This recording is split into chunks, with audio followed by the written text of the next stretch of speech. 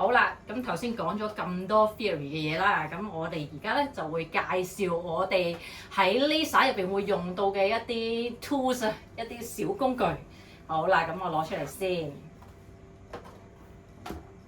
係啦，咁我哋望下入邊係咩嚟先？咁佢就係咧一啲 laser 嘅唔同嘅頭啦。咁分別咧呢啲頭咧，其實會係有呢個啦 Versa 啦，Versa 頭先講過啦，就係幫客人做一啲 PIH 嘅問題啦咁樣嘅。咁PIH 嘅問題都大家即係可能都市人都好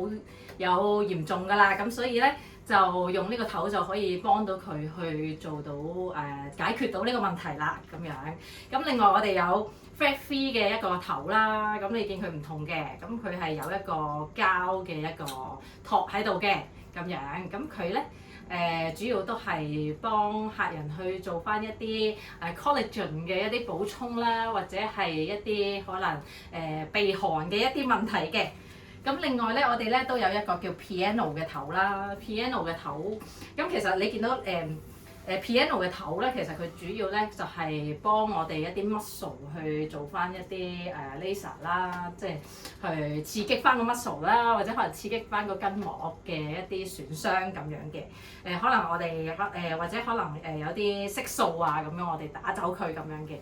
咁你見到一啲頭啦，上面有唔同嘅字啦，咁其實好簡單，你做開咧就會知道咧，其實唔同嘅字咧就代表唔同嘅頭啦。咁係咯。大家都應該有認識㗎啦，都望到㗎啦，就係咁啦。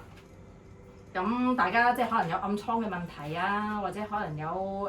血管好顯眼嘅問題啊，或者可能有啲人想一啲 collagen 嘅提升啊，或者可能佢哋 muscle 入邊可能有啲色素啊，咁咧就可以用呢啲唔同嘅頭去幫助到大家去做一啲處理啦。